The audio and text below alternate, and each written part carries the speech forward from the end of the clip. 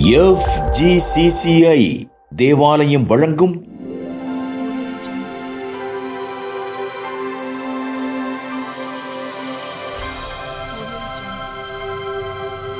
உன்னை மாற்றும் இயேசு.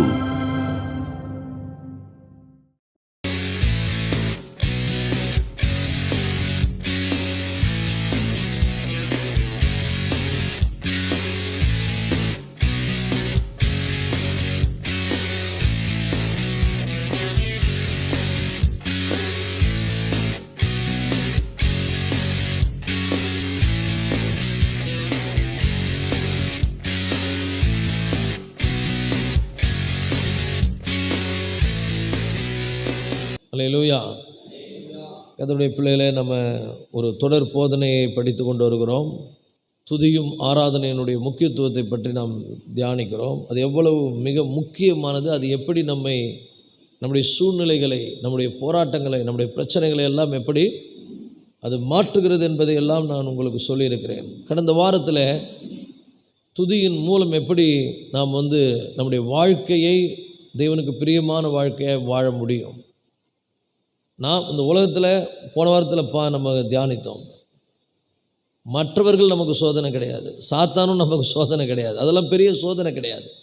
மற்றவர்கள் மூலமாக வருகிற சோதனைகள், பிசாசின் மூலம் வர சோதனையெல்லாம் பெருசு கிடையாது. நமக்கு சோதனை நம்ம தான். அப்போ நம்ம எப்படி நம்முடைய சோதனைகளை நாம் ஜெயிக்க முடியும்னா, அதுக்கே நம்ம தேவனை தான் நம்பணும், அதை ஆராதிக்கணும், ஆண்டவரை சார்ந்து கொள்வது.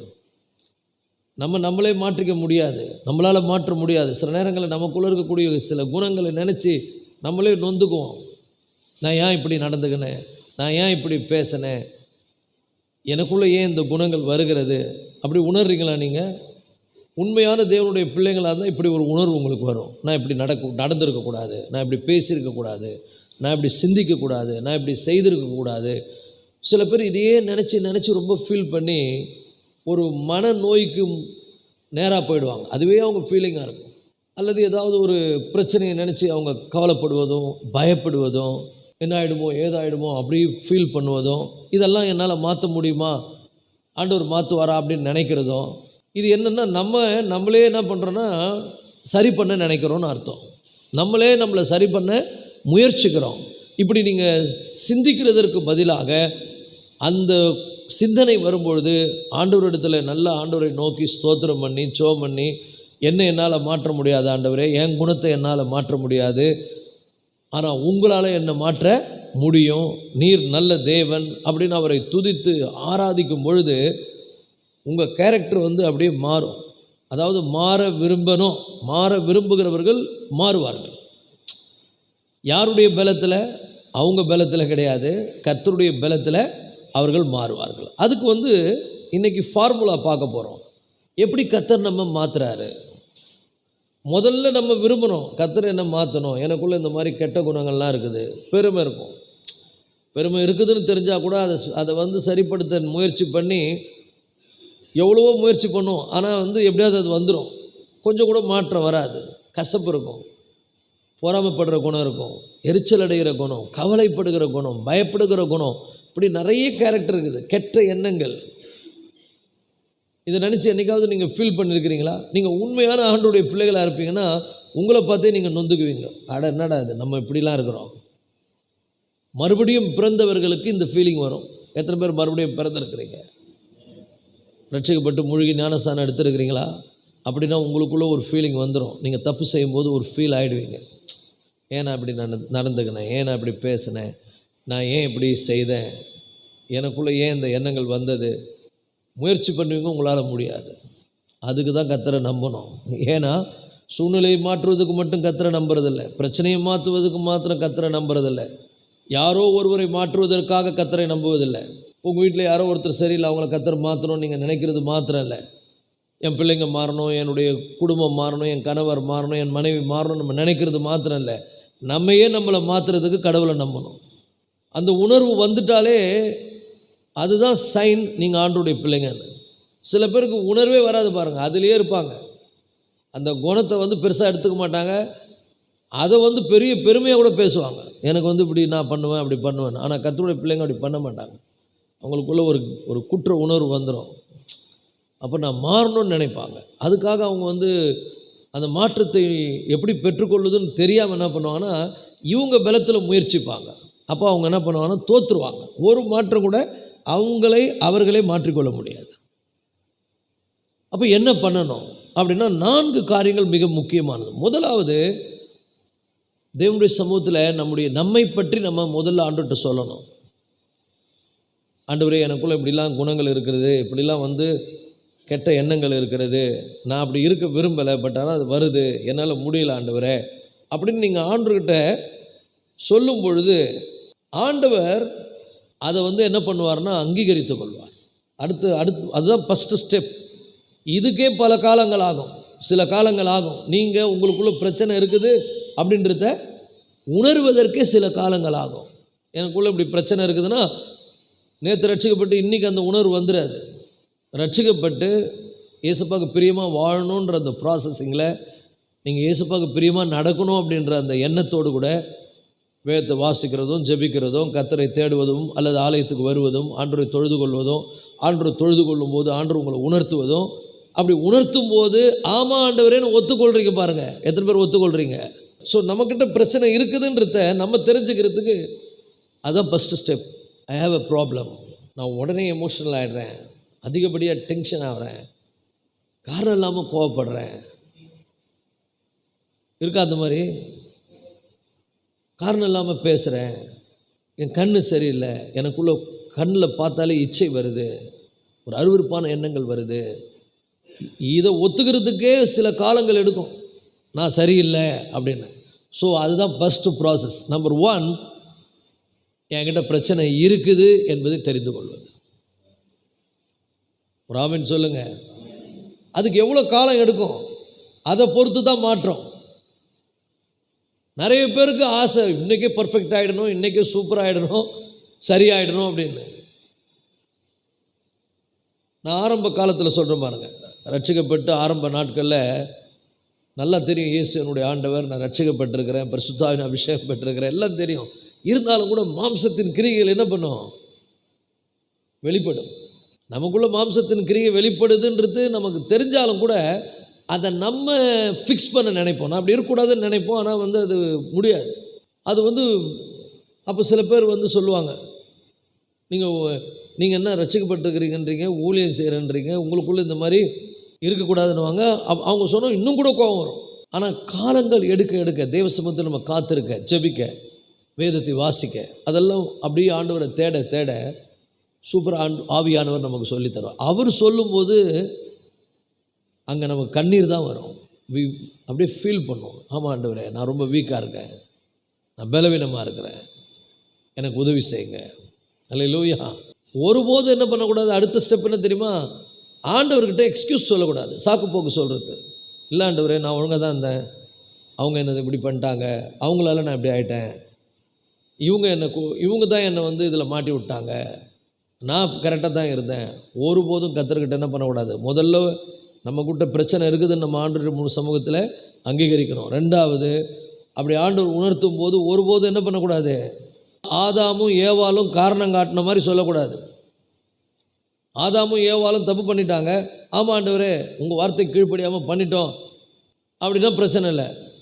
ஆதாம் உடனே சொன்னார், நீர் எனக்கு கொடுத்த ஏவாள் தான் என்னை வந்து சாப்பிட சொன்னான். ஏவாளை கேட்டால் பாம்பு என்னை வஞ்சித்தது. ஒருத்தர் மேலே இன்னொருத்தர் மேலே காரணத்தை காட்டி நம்ம தப்பிக்க பார்க்குறது. முதல்ல அங்கீகரிக்கணும், முதல்ல ஆண்டவரே, ஆமாம் ஐ ஹேவ் எ ப்ராப்ளம், நான் அதை கண்டுபிடிக்கணும். உங்களுக்குள்ளே என்னென்ன தப்புலாம் இருக்குது. ஒவ்வொருத்தரும் தேவனுடைய வார்த்தை தான் கண்ணாடி, ஐ மீன் ஸ்கேனிங். தெய்வ சமூகத்தில் போய் நின்று வேதத்தை வாசிக்கும்போது ஆவியானவர் உங்களுக்கு வெளிப்படும், சூப்பராக பேசுவார். இன்றைக்கி நம்ம படிக்க போகிற தலைப்பு என்னன்னா, மறுரூபமாகுங்கள். மறுரூபம் என்னென்னு அர்த்தம்னா வேறு ரூபம். ஒரு மறுரூபம் ஆகிறதுக்கு எவ்வளோ நாள் செல்லும், எவ்வளோ நாள் எடுக்கும்? சரிகிற பிறகாமல் பார்ப்போம், உடம்பு ரீதியாக பார்ப்போம். இப்போல்லாம் நிறைய டெக்னாலஜி வந்துச்சு தெரியுமா உங்களுக்கு? லேசர் அப்படியே முகத்தை சும்மா அப்படியே முழு ஆகிடுவோம் பாருங்க. லேசர் ட்ரீட்மெண்ட் கொடுக்குறான். அவங்க சொல்லுவாங்க இத்தனை சிட்டிங் வரணுன்னுவாங்க, அத்தனை சிட்டிங் போகணும், அப்புறம் இந்த ஆயின்மெண்ட்டை தடுவணும், அந்த ஆயின்மெண்ட்டை தடுவணும், அப்புறம் இந்த பவுடரை போடுங்க, இதை பண்ணுங்க, அதை பண்ணுங்க. சில பேர்லாம் பார்த்தீங்கன்னா முன்னே இருந்ததை விட இப்போ ரொம்ப அழகாக இருப்பாங்க, இருக்க ரொம்ப பிரைட்டாக மாறுவாங்க. அவங்கள பார்க்கும்போது இவங்களா அவங்க அப்படின்னு நம்ம நினைப்போம், வேறு மாதிரி ஆகிடுவாங்க, ஜொலிப்பாங்க பாருங்கள். ஆனால் உள்ளே பார்த்தீங்கன்னா அலங்கோலமாக இருப்பாங்க, உடைக்கப்பட்டிருப்பாங்க.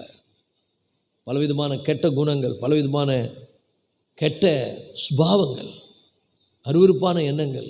மனது எப்படி இருக்குன்னா அலங்கோலமாக இருக்கும், மனம் அசிங்கமாக இருக்கும். இங்கே சொல்கிற மறுரூபம் வெறும் உடல் ரீதியான மாற்றம் அல்ல, உள்ளே நடக்குகின்ற மாற்றம். உள்ள ஒரு பெரிய மாற்றத்தை கர்த்தர் என்ன பண்ணார்? நீங்கள் அவரை மாதிரி மாறிடுவீங்க. அவர் எப்படியோ அப்படியே மாறுவீங்க. அதுக்கு ஃபஸ்ட்டு ஸ்டெப் என்கிட்ட பிரச்சனை இருக்குதுன்னு முதல்ல தெரிஞ்சுக்கிறது. ஆண்டவர் அதை சொல்லும் பொழுது சாக்கு போக்கு ஒருபோது என்ன பண்ணக்கூடாது, சொல்லவே கூடாது. அதுக்கப்புறம் அதற்கு நம்மை ஒப்பு கொடுக்கணும். I am ready to change. நான் மாற என்ன பண்ணுறேன், விரும்புகிறேன். சொல்லுங்கள், மாற விரும்புகிறேன். சில பேர் பார்த்தீங்கன்னா வித்தியாசமே இருக்காது. இவங்க கிறிஸ்தவங்க, கிறிஸ்தவர் அல்லாதவர்கள். விசுவாசிகளுக்கும் அவிசுவாசிகளுக்கும் வித்தியாசமே இருக்காது. அவிசுவாசி என்னென்ன பண்ணுறாங்களோ அதை அப்படியே பண்ணுவாங்க, ஒரு மாற்றமும் இருக்காது. கோவம் தான் எப்படி நடக்கணுமோ அப்படி நடப்பாங்க. வாயிலேருந்து அப்படியே கெட்ட வார்த்தை தானாக வரும், எப்போ வரும்னு பார்த்து நிற்பாங்க. ஆனால் ஒன்று உங்கள் வாயிலிருந்து புறப்படாது இருப்பதாக. இப்போ ஆரம்பத்தில் ரட்சிக்கப்பட்டவங்களுடைய நிலைமை என்னென்னா ஒரு மாற்றமே இருக்காது. ஆனால் ஆண்டவர் சொல்கிறாரு, நம்ம ஏற்கனவே வாசித்தோம் பாருங்கள், நாம் கர்த்தருடைய மகிமையை கண்ணாடியிலே காண்கிறது போல கண்டு ஆவியாயிருக்கிற அந்த தேவனாலே அந்த சாயலாகத்தானே மகிமையின் மேல் மகிமை அடைந்து என்ன பண்ணுறோம், மறுரூபப்படுகிறோம் அப்படின்னு எழுதப்பட்டிருக்கிறது. இந்த மறுரூபம் நமக்குள்ளே வரணும். நான் மறுரூபம் அடையணும், நான் மாறணும். என் பேச்சு, என்னுடைய பார்வை, என்னுடைய நடக்கை, என்னுடைய செயல்கள் எல்லாம் என்ன பண்ணணும், மாறணும். சொல்லுங்கள், என்னுடைய பேச்சு, என்னுடைய பார்வை, என்னுடைய நடக்கை, என்னுடைய செயல்கள், குணம், சுபாவம் எல்லாம் மாறணும். அதுக்கு நம்ம என்ன பண்ணணும்? முதல்ல அதான் சொன்னோம், முதல்ல நம்மக்கிட்ட பிரச்சனை இருக்குதுன்னு கண்டுபிடிக்கணும். அது என்ன பிரச்சனைன்னு கண்டுபிடிக்கணும். ஆவியானவர் அதை உணர்த்துவார். அவருடைய சமூகத்தில் நம்ம துதிக்கும் போது, ஜபிக்கும் போது உணர்த்துவார். ஆமாம் ஆண்டவரே, நான் ரொம்ப ஷார்ட் டெம்பராக இருக்கிறேன், நான் ரொம்ப இச்சை, எனக்குள்ளே அருவருப்பான எண்ணங்கள்லாம் எனக்குள்ளே வருது, நான் பெருமைப்படுகிறேன், எனக்குள்ளே இந்த மாதிரி கேரக்டர் இருக்குது, சுபாவம் இருக்குது, நான் வளவலன்னு பேசுகிறேன். சில பேர்லாம் வளவலன்னு பேசுவாங்க. என்னென்னமோ உலகத்தை என்ன நான் பண்ணுறேன்னா அதெல்லாம் பண்ணிகிட்டு இருப்போம். ஆனால் ஆவியானவர் உணர்த்தும் போது அதை அக்செப்ட் பண்ணி நான் மாற விரும்புகிறேன், என்னை மறுரூபமாக்குங்க. அல்லேலூயா. ஆண்டவர் உங்களை மாற்ற அவர் முயற்சிக்கும் பொழுது அதற்கு உங்களை முழுமையாக என்ன பண்ணுங்க, விட்டு கொடுங்க. It's like operation. ஆப்ரேஷனுக்கு முதல் ஒத்துக்கிறியான்னு கேட்பாங்க. உனக்கு பிரச்சனை இருக்குதுமான்னு முதல் சொல்லுவாங்க. என்ன பிரச்சனைங்க? உனக்கு இந்த மாதிரி பிரச்சனை வயிற்றில் இருக்குது, என்ன பண்ணலாம்? ஆப்ரேஷன். ஐயோ ஆப்ரேஷனா அப்படின்வாங்க. இல்லை, சின்ன ஆப்ரேஷன் தான், ஒன்றும் பெரிய ஆப்ரேஷனில் பண்ணுறவங்க சாதாரண ஆளில் எக்ஸ்பர்ட்டு. அதே மாதிரி தான் இந்த ஆப்ரேஷனை பண்ணுறவரு பயங்கர எக்ஸ்பர்ட்டு. அதை ஏற்றுக்கொண்டு அட்மிஷன் ஆகிடணும். அட்மிஷன் ஆகுறது என்னன்னு அர்த்தம்னா அதிகமாக தேவனை தேடணும், அதிகமாக வேதம் வாசிக்கணும், அதிகமாக செபிக்கணும், ஆண்டவரை பற்றி கொள்ளணும். ஆண்டவரே என்னை மாற்றுங்க, என்னை மறுமாக்குங்க, என்னை சேஞ்ச் பண்ணுங்க, என்னுடைய வாழ்க்கை மாற்றம் தேவை ஆண்டவரே. அதிகமாக தேவனுடைய வார்த்தை என்ன பண்ணுவது, சமூகத்தில் காத்திருப்பது. ஒரு ஆமென் சொல்லுங்க. கர்த்தருக்கு காத்திருக்கிறவர்களோ புது பலன் அடைந்து கழுகுகளைப் போல சட்டைகளை அடித்து உயர எழும்புவார்கள். பூமிக்குரிய வாழ்க்கை வாழ மாட்டாங்க, டிஃப்ரெண்ட்டாக இருப்பாங்க. அப்படியே தெரியும், மிக துல்லியமாய் தெரியும் இவங்க டிஃப்ரெண்ட் ஆகிட்டாங்க. இந்த மாற்றத்தை கொண்டு வருகிறது இயற்கை. நம்ம மாற்றிக்கல, நம்மளை கர்த்தர் நம்மை மாற்றுகிறார். நாம் அவர் மாற்றுவதற்கு நம்மளை என்ன பண்ணிட்டோம், ஒப்பு கொடுத்து விட்டோம். எப்படி ஒரு மருத்துவர் இடத்துல ஆப்ரேஷன் பண்ணுறதுக்கு நம்ம அவருக்கு பர்மிஷன் கொடுத்துட்டோமோ, கொடுத்துட்ட பிறகு சைன் பண்ணிட்டோமோ, சைன் பண்ண உடனே உங்களுக்கு என்ன பண்ணுவார், அனிசீசியா கொடுத்து உங்களை அன்கான்சியஸ் ஆக்குவார். உலகத்தில் என்ன நடக்குதுன்னு உங்களுக்கு தெரியாது, உங்களுக்கு என்ன நடக்குதுன்னு தெரியாது. நீங்கள் அந்த ஆப்ரேஷன் தியேட்டரில் 1 மணி நேரமோ 2 மணி நேரமோ அப்படியே இருப்பீங்க. அது மாதிரி தான் உங்களை தேவன் தகுதியானவர்களாய் மாற்ற விரும்பினால், அவருடைய வருகைக்கென்று நீங்கள் ஆயத்தமாக விரும்பினால், அவருடைய மகிமைக்குரிய பாத்திரங்களாக இருக்க விரும்பினால், அதிகமாக அவருடைய சமூகத்தில் என்ன பண்ணுங்கள், காத்திருந்து செபித்து ஆவியான உங்களுக்குள்ளே கிரியை செய்யும்படி அவருடைய வார்த்தைகளை நீங்கள் ஏற்றுக்கொண்டு அவர் உங்களுக்குள்ளே பெரிய மாற்றத்தை ஏற்படுத்தும்படி அந்த மாற்றத்தை அவருடைய பலத்தில் உங்களுக்கு தருவார். புது பலன் அடைவீர்கள். இதை ஒவ்வொரு நாள் என்ன பண்ணுங்க, பயிற்சி பண்ணுங்கள். ஒரு ஆமீன் சொல்லுங்க. அல்லேலூயா. அவர் எப்பொழுதும் நமக்கு உதவி செய்ய வல்லவராக இருக்கிறார். அவர் எப்பொழுதும் உதவி செய்ய வல்லவராக இருக்கிறார். அது என்னவாக இருந்தாலும் உதவி செய்வார். அது எப்படிப்பட்ட பிரச்சனையாக இருந்தாலும் உதவி செய்வார்.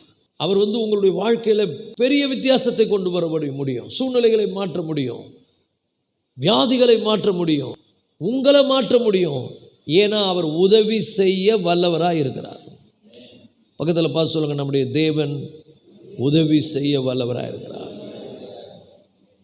எல்லா விதத்திலும் உங்களுக்கு என்னெல்லாம் மாற்றம் தேவை, தேவனால் முடியும். மனிதனால் கூடாதது தேவனால் கூடும். ஒரு ஆமென் சொல்லுவோமா? நான் இருக்கிறேன்றார்.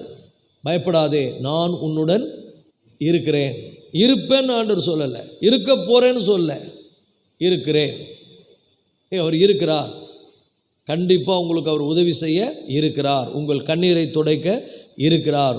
உங்கள் குடும்பத்தை மர்வமாக்க அவர் இருக்கிறார். உங்களை மர்வமாக்க இருக்கிறார். உங்கள் சூழ்நிலைகளை அவர் மாற்ற வல்லவராய் இருக்கிறார். ஒரு ஆமென் சொல்லுவோமா? ஜென்டிலாக பேசுவார் உங்ககிட்ட, ரொம்ப தெளிவாக. ஆமாம், உனக்குள்ள இந்த பிரச்சனை இருக்குப்பா, இந்த பிரச்சனையோடு நீ இருந்தேன்னா இது என்னென்னமோ பிரச்சனையை உனக்கு கொண்டு வந்துடும். நீ உடனே என்ன பண்ணு, இந்த பாவத்தை, இந்த எண்ணங்களை, இந்த செயல்களை விட்டுவிடு அப்படின்னு உணர்த்தும் போது அதை அக்செப்ட் பண்ணும். ஆமாம் ஆண்டவரே, எனக்குள்ளே இருக்குது, ஐ வாண்ட் டு சேஞ்ச். ஆண்டவர் ஒருபோதும் புஷ் பண்ண மாட்டார். ஜென்டில், அவர் காட் இஸ் ஜென்டில். நம்முடைய ஆண்டவர் மிகவும் பண்புள்ள ஒரு தேவன். அவருக்கு எப்படி நம்மளை உருவாக்கணும்னு தெரியும். ஒருபோதும் உருவாக்குறன்னு உடைக்க மாட்டார். ஒருபோதும் நம்மளை ஃபோர்ஸ் பண்ண மாட்டார், கட்டாயப்படுத்த மாட்டார். ஆனால் உணர்த்துவார், சூப்பராக உணர்த்துவார். அவருடைய பிள்ளைகளுக்கு அவர் பேசுவார். அவருக்கு தெரியும், அவர் பேசும்போது அவருடைய சத்தத்துக்கு நம்ம செவி கொடுக்கணும். அதுதான் அவருடைய சமூகத்தில் காத்திருப்பது. அவருடைய சமூகத்தில் நீங்கள் போய் காத்திருந்தீங்கன்னா உங்களுடைய வாழ்க்கையில் எல்லா விதங்களிலும் ஒரு பெரிய மாற்றம் நடந்துடும். உங்கள் வருமானம் ஆஸ்வதிக்கப்படும். நோயை கர்த்தர் உங்கள் விட்டு விலக்கிறத பார்ப்பீங்க. உங்கள் குடும்பம் ஆஸ்வதிக்கப்படும். உங்களுடைய எல்லாமே ஆஸ்வதிக்கப்படும். ஒரு பெரிய ஒரு மாற்றத்தை நீங்கள் பார்ப்பீர்கள். மாற்றம் என்பது மறுரூபம், மறுவாழ்வு. தேவன் விரும்புகின்ற வாழ்க்கை உங்கள் வாழ்க்கை. தேவன் எப்படி, தேவன் ஒரு வீட்டில் இருந்தார்னா என்ன நடக்கும்ன்றத அன்னைக்கு நீங்கள் பார்ப்பீங்க. ஆகவே குடும்பங்களிலே ஜெபிப்பது, வேதத்தை வாசிப்பது, ஆண்டவருடைய சமூகத்தில் அப்படியே காத்திருப்பது, இதெல்லாம் உங்களுக்கு என்னென்னா பிளெஸ்ஸிங், ஆசீர்வாதத்தின் மேல் ஆசீர்வாதம். அல்லேலூயா. அவர் எப்பொழுதும் செயலாற்ற, நம்முடைய வாழ்க்கைக்குள்ளே கிரியை செய்ய, உதவி செய்ய வல்லவராக இருக்கிறார், காத்திருக்கிறார். நீங்கள் அவரை இன்வைட் பண்ண வேண்டும் என்று காத்திருக்கிறார். நீங்கள் வாயை திறந்து அவர்கிட்ட சொல்லணும்னு காத்திருக்கிறார். இந்த சூழ்நிலை மாறணும் ஆண்டவரே, இந்த பிரச்சனை தீரணும் ஆண்டவரே, எனக்குள்ளே இருக்கக்கூடிய இந்த குணம் மாறணும், எங்கள் குடும்பத்தில் இருக்கிற இவர்களுடைய சுபாவம் மாறணும், உம்மாலே மாற்ற முடியும், நான் உம்மை நம்புகிறேன் அப்படின்னு நீங்கள் அவரை நம்பினீங்கன்னா தேவன் அந்த வார்த்தையை உங்கள் வாயிலிருந்து புறப்படும் போதே ஆண்டவர் செயல்படுவார். அப்போ என்ன பண்ணணும்னா, we have to give permission to God. தேவன் செயல்பட அவருக்கு உத்தரவு கொடுக்கணும். எப்படி உத்தரவு கொடுக்கணும்? ஒத்துக்கொள்ளணும். நீங்களே நினச்சிக்கின்னு, நீங்களே ஃபீல் பண்ணிக்கின்னு, நீங்கள் அதை எப்படி தீர்க்கலான்னு முயற்சி பண்ணிக்கின்னு இருந்தீங்கன்னா உங்களால் ஒரு சின்ன மாற்றத்தை கூட கொண்டு வர முடியாது. நிறைய பேர் அப்படி தான், இவங்களா ஃபிக்ஸ் பண்ணணும்னு நினைக்கிறாங்க ப்ராப்ளத்தை, இவங்களா அதை சரிப்படுத்தணும்னு நினைக்கிறாங்க.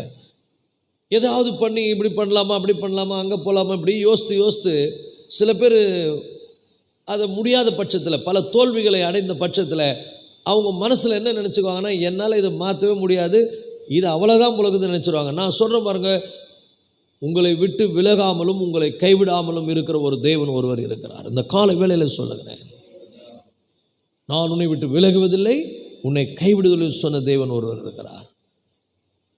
எந்த காரியமானாலும் கர்த்தரிடத்தில் அறிக்கை செய்து அவருடைய சமூகத்தில் அதை நீங்கள் அர்ப்பணிங்க ஆண்டவர்கிட்ட. ஆண்டவரே, change my life, change my business, change my situation, my family, my income, என்னுடைய வருமானம், என்னுடைய வியாபாரம், என்னுடைய குடும்பம், என்னுடைய தொழில், என்னுடைய பிள்ளைகளுடைய வாழ்க்கை மாற்றும் ஆண்டவரே. ஜெபிக்கிறதே இல்லை. நம்ம ஜெபிக்காமல் என்ன நினைக்கிறோன்னா நம்ம மாற்றிடுவோம்னு நினைக்கிறோம். அதுதான் நம்ம சாத்தான் நம்மளை திசை மாற்றி விட்டுறான். அது கூட எப்போ முழங்கால் படிட்டு ரொம்ப அழுது ஜெபம் பண்ணுவோம்னா பிரச்சனை வந்தால் ஜெபம் பண்ணுவோம். போய் முயற்சி பண்ணி பார்த்துட்டு ஒன்றும் முடியலன்னும் போது சும்மா ஒரு கடமைக்குன்னா ஆண்டுகிட்ட வந்து உதவி கேட்போம். அன்னைக்கு கேட்டு அதோட மறந்துடுவோம். இன்னும் சில பேரை வந்து கொஞ்சம் ஆசீர்வாதங்கள் வர என்ன பண்ணுவாங்கன்னா ஆண்டவரை மறந்துடுவாங்க. நான் சொல்கிறேன் பாருங்கள், எல்லாவற்றிலும் எப்பொழுதும் நமக்கு அவருடைய உதவி தேவை. ஆசீர்வாதம் வந்தாலே அதை எப்படி கையாளுவதற்கு, ஆண்டவரே எனக்கு ஞானத்தை கொடுங்க, அவர் தான் நான் நடத்தணும், எப்படி பயன்படுத்தணும், எப்படி செயல்படணும். ஸோ எப்பொழுதும் அவர் நமக்கு உதவி செய்ய வல்லவராக இருக்கிறார்ன்றதை மறந்துடாதீங்க. எல்லாவற்றிலும் அவருடைய உதவியை தேடுங்க.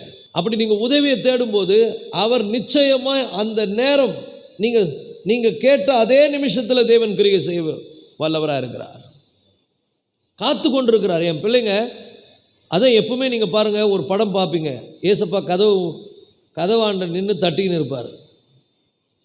எங்கேயுமே கதவு திறந்துருக்கிற மாதிரியோ இயேசு உள்ளே போகிற மாதிரியோ பார்க்க முடியாது, தட்டின்னு தான் இருக்கிறார்.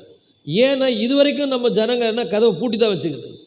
என் வாழ்க்கை நான் பார்த்துக்கிறேன், என் வீடு நான் பார்த்துக்கிறேன், என்னுடைய நான் பார்த்துக்கிறேன். ஆண்டவர் காத்து கொண்டு இருக்கிறார். இன்றைக்கி சொல்கிறேன் கர்த்தருடைய பிள்ளைகளை, முழு இருதயத்தோடும், முழு ஆத்துமாவோடும், முழு மனதோடும், எது உங்கள் மனசை போட்டு ரொம்ப வேதனைப்படுத்தி கொண்டிருக்கிறது, எதை நீங்கள் முயற்சி பண்ணி தோற்று போனீங்க, எதில் உங்களுக்கு விடுதலை இல்லை, என்ன காரியத்தில் உங்களுக்கு ஒரு பெரிய உதவி தேவை, கர்த்தரை நோக்கி பாருங்கள். அவர்கள் அவரை நோக்கி பார்த்து பிரகாசமடைந்தார்கள், அவருடைய முகங்கள் வெட்கப்படவில்லை. நிறைய பேர் முகத்தை பாருங்கள், அப்படியே சோகமாக இருக்கும், கலக்கமாக இருக்கும். முகத்தில் தெரியும், எவ்வளோதான் மேக்கப் பண்ணி, எவ்வளோதான் ட்ரெஸ் பண்ணி, எவ்வளோதான் முகத்தை வச்சுருந்தாலும் ஒரு விதமான சோகம் அவருடைய முகத்தில் தெரியும். அது என்ன ரூபம்னா, அது விழுந்து போன பாவ மனிதனுடைய ரூபம். எப்பவுமே டென்ஷனாக இருக்குது, எப்பவுமே குழப்பமாக இருக்குது, எப்பவுமே கலக்கத்தோடு இருக்கிறது, சோர்வாக இருக்கிறது, உட்காந்து ஃபீல் பண்ணுறது, புலம்புறது, இது விழுந்து போன பாவ மனுஷனுடைய சாயல். ஆனால் கிறிஸ்துவனுடைய சாயல் எப்படிப்பட்டதுன்னா, கிறிஸ்து எப்படிப்பட்டவர்னா, அவர் எப்பொழுதும் திட நம்பிக்கையோடு இருக்கிற தேவன். கிறிஸ்து எங்கேயும் பார்த்தும் அப்படியே சோகமாகவோ அல்லது கலக்கமாகவோ சூழ்நிலையை பார்த்து அவர் பயந்ததாகவோ நீங்கள் பார்க்கவே முடியாது. அவர் நிம்மதியாக இருந்தார். காற்றையும் கடலையும் எழுந்து ஆண்டவர் என்ன பண்ணார், ஐயோயோ காற்று வந்துருச்சா, கடல் இப்படி பொங்குதா, என்ன பண்ணுறதுனே தெரியலையப்பா, என்ன முயற்சிலாம் பண்ணிங்களான்னு ஆண்டவர் கேட்கல. அற்ப விசுவாசிகளே ஏன் பயப்பட்டீர்கள் என்று ஆண்டவர் கேட்டார். இன்றைக்கி சொல்லுகிறேன் கர்த்தருடைய பிள்ளைகளே, உங்கள் வாழ்க்கை படகுல இயேசு இருக்கிறார் என்பதை மறந்துடாதீங்க. அந்த இயேசு எழுந்து, என்னப்பா முயற்சிலாம் பண்ணிட்டியா, எவ்வளோ முயற்சி பண்ணேன், என்ன முன்னால் முடியலையா, நான் கூட உட்காந்து நான் யோசிக்கிறேன் என்ன பண்ணுறதுன்னு தெரியலன்னு சொல்ல மாட்டார். அவர் எழுந்து காற்றையும் கடலையும் அதட்டினார். அப்பொழுது மிகுந்த அமைதல் உண்டாயிற்று. அங்கே ஒரு பெரிய சமாதானம் வந்தது. எல்லாம் எப்படி இருப்பாங்க, நிம்மதி பெருமூச்சு விட்டுருப்பாங்க. பிரச்சனை தீர்ந்தது. இவ்வளோ நாள் நாங்கள் முயற்சித்தோம், எங்களால் ஒன்றும் பண்ண முடியல. ஆண்டவர் இதை மாற்றிட்டார். கூப்பிட்ட உடனே உதவி செய்கிறவர் நம்முடைய ஆண்டவர். அப்போ நீங்கள் கூப்பிட்டு ஆண்டவருடைய உதவியை பெற்றுக்கொண்ட பிறகு உங்கள் முகம் எப்படி இருக்குன்னா பிரகாசமாக இருக்கும். பாடுறல, தேவ சாயலாக மாறி தேவனோடு இருப்போன்றது செத்து போன பிறகு இல்லை, இங்கே மாறணும். நிறைய பேர் அந்த பாட்டை சாவு பாட்டாகவே ஆக்கிட்டாங்க. போங்க, ஏன்னா செத்த பிறகு தேவனுடைய சாயலாக மாறுறாங்களாம். இங்கே இப்போ அதுக்கு தான் பரிசுத்த ஆவியானவர் வந்திருக்கிறார், அதுக்கு தான் ஆவியானவர் இங்கே இருக்கிறார். எப்படி மாறுவது, எப்படி நம்ம தேவ சாயலாக மாறுவது? அவருடைய சமூகத்துக்கு போய் துதித்து ஆராதித்து ஜெபித்து அவரை புகழ்ந்து பாடும் பொழுது, பிரச்சனை வரும்போது நல்லா பாடுங்க, அவரை துதிங்க. ஆனால் துதிக்க பிசாசு உங்கள் மனசை இருக பண்ணிடுவான். எனக்கே பிரச்சனை, நான் எங்கே பாடுறது, பாட்டே வராது சில பேருக்கு. எனக்கே பிரச்சனை, நான் எங்கே துதிக்கிறது, எனக்கே பிரச்சனை, நான் எங்கே ஜெபிக்கிறது. அப்படி அவங்க மனசை என்ன பண்ணணும், இருக பண்ணிடுவான். ஆனால் அங்கே தான் நீங்கள் ஒன்று புரிஞ்சுக்கணும், நான் போய் அந்த பிரச்சனை நினச்சி கவலைப்படுறதுனாலையோ அதை மாற்ற முயற்சிக்கிறதுனாலையோ அது மாறாது. ஆண்டவர் சொல்லிட்டாரு, நீ சும்மா இருப்ப, யுத்தம் என்னுடையதுன்னு இருக்கிறாரு. சும்மா இருப்பேன்னா எப்படி இருப்பேன்? கர்த்தரை துதித்து கொண்டு ஆராதித்து கொண்டு அவருடைய செயல்களை பேசிக்கொண்டு அவர் என்ன செய்ய போறார் என்கிற எதிர்பார்ப்போடு கூட நான் என்ன பண்ணுவேன்? காத்திருப்பேன். இருந்து பாருங்க, துதிச்சு பாருங்க, ஆராதித்து பாருங்க, உங்க முகத்தில் தேவசாயல் தெரியும். இல்லையா சொல்லுவோமா? அதுதான் தேவன் உங்களுக்காக கிரியை செய்ய நீங்க அவரை உத்தரவு கொடுக்குறீங்கன்னு அர்த்தம். ஆண்டவருக்கு உத்தரவு கொடுத்துட்டா என்ன பண்ணுவார்? கண்டிப்பாக செய்வார். ஏன்னா உங்கள் உத்தரவுக்காக அவர் காத்திருக்கிறார். என் பிள்ளைங்க என்ன சொல்ல போகிறாங்கன்ற காத்திருப்போடு இருக்கிறார். அப்போ நாம் ஆண்டவர்கிட்ட போய் நம்ம பிரச்சனைகளை சொல்லி, இதை நீர் மாற்றக்கூடிய தேவன் ஆண்டவரே, உம்மால் இதை மாற்ற முடியும், இதெல்லாம் உங்களுக்கு ஒன்றும் பெரிய விஷயம் இல்லை, என்னால் இது முடியாது, நீர் இதை சர்வசாதாரணமாக மாற்றி விடுவீர், என் குடும்பத்தை மாற்றுவீர், என் பிள்ளைகளை மாற்றுவீர், என் சூழ்நிலைகளை மாற்றுவீர், என் வருமானத்தை மாற்றுவீர், என் வியாபாரத்தை மாற்றுவீர், எல்லாவற்றையும் மாற்றுகிற தேவன் நீங்கள் அப்படின்னு துதித்து அவரை ஆராதித்து பாருங்க, உங்கள் முகம் எப்படி மர்வமாகுது பாருங்க. உலகத்தில் நீங்கள் எந்த பியூட்டி பார்லர்லையும் போனாலும் அப்படிப்பட்ட ஒரு முகம் உங்களுக்கு வராது. இயேசு கிறிஸ்து லூக்கா 9ஆம் அதிகாரத்தில் வாசிக்கிறோம், அவர் பேதுருவையும் யோவானையும் கூட்டிக் கொண்டு மலையின் மேல் ஏறி ஜெபிக்க போனார். ஜபம்னா ஏற்கனவே நான் சொன்ன மாதிரி 3 விஷயம் அங்கே இருக்கும். ஜபம்னா அதில் என்ன இருக்கும்? ஃபஸ்ட்டு துதி, 2வது ஆராதனை, 3வது விண்ணப்பம். அப்போ இயேசு கிறிஸ்து அந்த மலையில் போய் என்ன பண்ணுறாரு? ஆராதிக்கிறார், துதிக்கிறார், பிதாவை ஆராதித்து துதித்து. ஏன்னா இயேசு தான் நமக்கு யார்? Great example.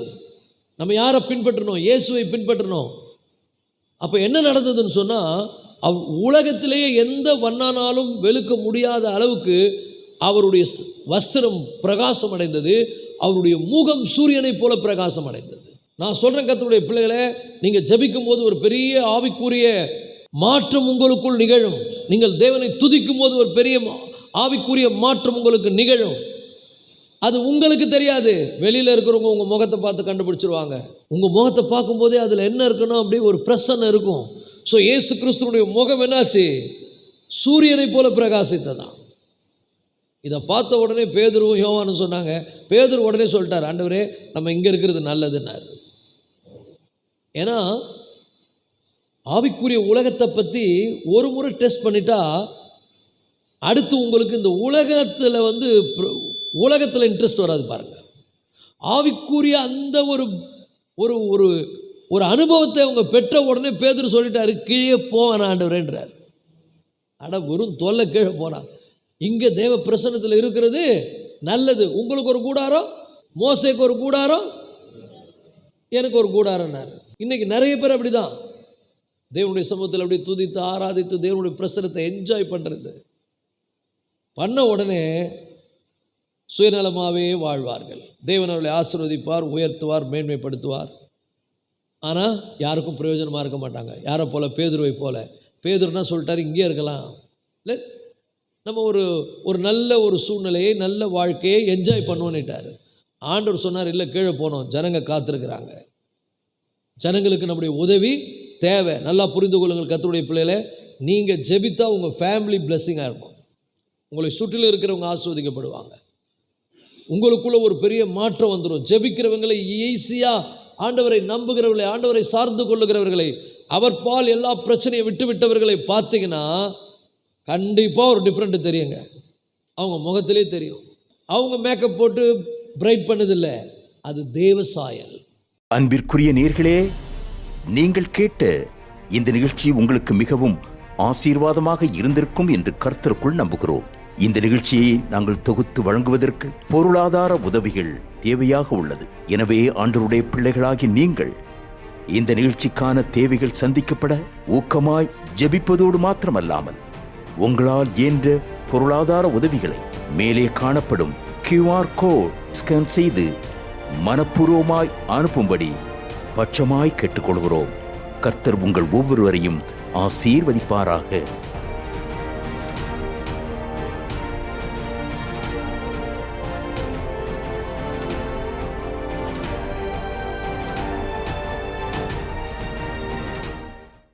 ஒவ்வொரு வாரமும் நடைபெறும் ஞாயிறு ஆராதனையில் முதல் ஆராதனை அதிகாலை 6 மணிக்கும், 2ஆம் ஆராதனை காலை 9 மணிக்கும், மாலை ஆராதனை மாலை 6 மணிக்கும், மேலும் செவ்வாய்க்கிழமை தோறும் வேதாகம வகுப்பு மாலை 7 மணிக்கும், திருவிருந்து ஆராதனை மாதத்தின் முதல் ஞாயிற்றுக்கிழமை காலை 7 மணிக்கும், ஒவ்வொரு மாதமும் முதல் தேதியன்று விடியல் ஆராதனை காலை 5 மணி முதல் 7 மணி வரையிலும் நடைபெறுகிறது. இவ்வாராதனைகளில் நீங்கள் பங்கு பெற்று ஆண்டவரின் ஆசீர்வாதங்களை பெற்றுக் கொள்ளுங்கள். உங்களோடு நீங்கள் தொடர்பு கொள்ள வேண்டிய முகவரி: பாஸ்டர் ஜாய் சாமுவேல், பூரண சுவிசேஷ கிறிஸ்துவின் சபை, எண் 54/60, பஜனை கோயில், சைதாப்பேட்டை ரோட், வடபழனி. இது லக்ஷ்மண் சுருதி மியூசிக்கல்ஸ் பின்புறத்தில் அமைந்துள்ளது. சென்னை 600026. Website www.fgcciindia.in.